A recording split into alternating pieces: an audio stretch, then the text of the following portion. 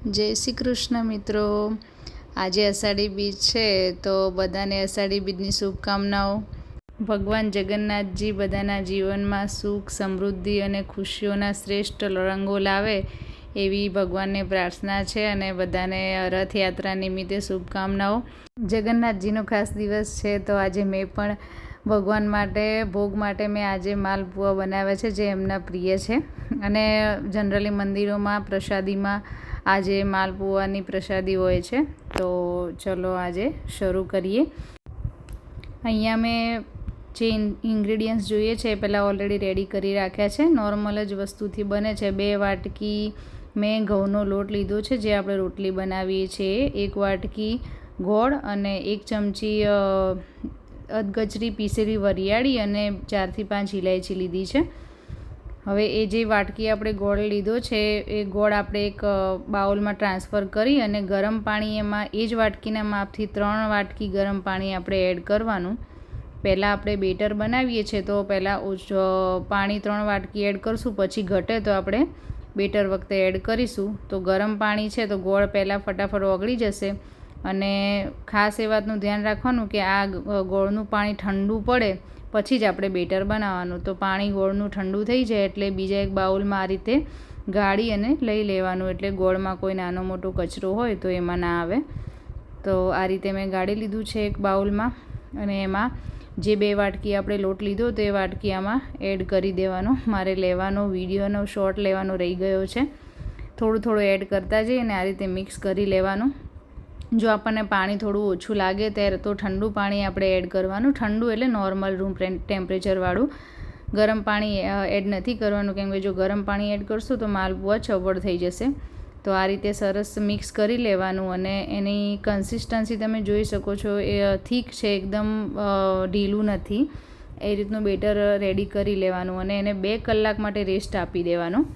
પછી 2 કલાક થાય એટલે આપણે માલપુઆ બનાવવાના શરૂઆત કરશું। મિનિમમ 1 કલાકનો તો રેસ્ટ આપી દેવાનો। જો 2 કલાક પછી તમે જોઈ શકો છો કે બેટર બહુ સરસ થઈ ગયું છે રેડી અને એની થિકનેસ તમે જોઈ શકો છો। આ રીતે જે કણચો છે એની ઉપર કેવું કોટ થાય છે તો એ રીતનું આપણે થીક રાખવાનું। જો તમને પતલું લાગે તો ઉપરથી હવે લોટ એડ કરવો હોય તો કરી શકાય અને થોડું વધારે જાડું હોય તો થોડું પાણી પણ એડ કરી શકાય।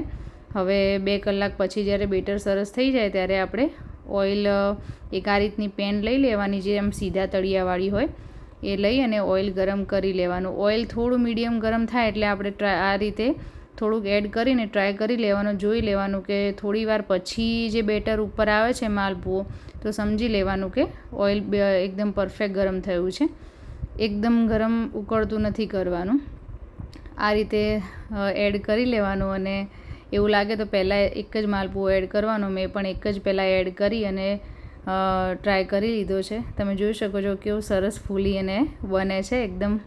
બધા જ માલપુઆ મારા સરસ ફૂલી અને બન્યા હતા। તો આ રીતે એનું ઓઇલ નિતારી લેવાનું અને પછી મેં 2 માલપુઆ આ રીતે એડ કરી લીધા છે। પેન તમારી વધારે મોટી હોય તો 3 પણ એડ કરી શકાય।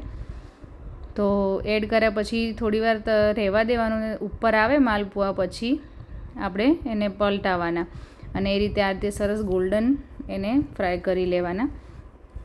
તો બધા જ માલપુઆ મેં આ રીતે ફ્રાય કરી લીધા હતા। બધા જ માલપુઆ સરસ એવા ફૂલી અને દડા થયા હતા કેમ કે બેટર મેં 2 કલાક માટે રાખ્યું હતું એટલે એનું મસ્ત ફોર્મેટ થઈ ગયું હતું। ઘણા લોકો આમાં સોડા પણ એડ કરતા હોય છે એકદમ સોફ્ટ બને એની માટે, પણ આ રીતનું તમે પરફેક્ટ બેટર બનાવશો તો તમારે સોડા એડ કરવાની બિલકુલ જરૂર નહીં પડે અને નેચરલી જ આ રીતે ફોર્મેટ લોડ થઈ જશે અને બહુ જ સરસ આ રીતે માલપુઆ બધા રેડી કરી લીધા। હવે ગરમ ગરમ હોય ત્યારે જ આપણે આ રીતે પ્લેટમાં લઈ અને એને થોડાક ગાર્નિશ કરી લઈશું। તમારે ગાર્નિશ ના કરવા હોય તો પ્લેન ખાઈ શકાય। મેં એની ઉપર ખસખસ એડ કરી છે અને બદામની કતરણ।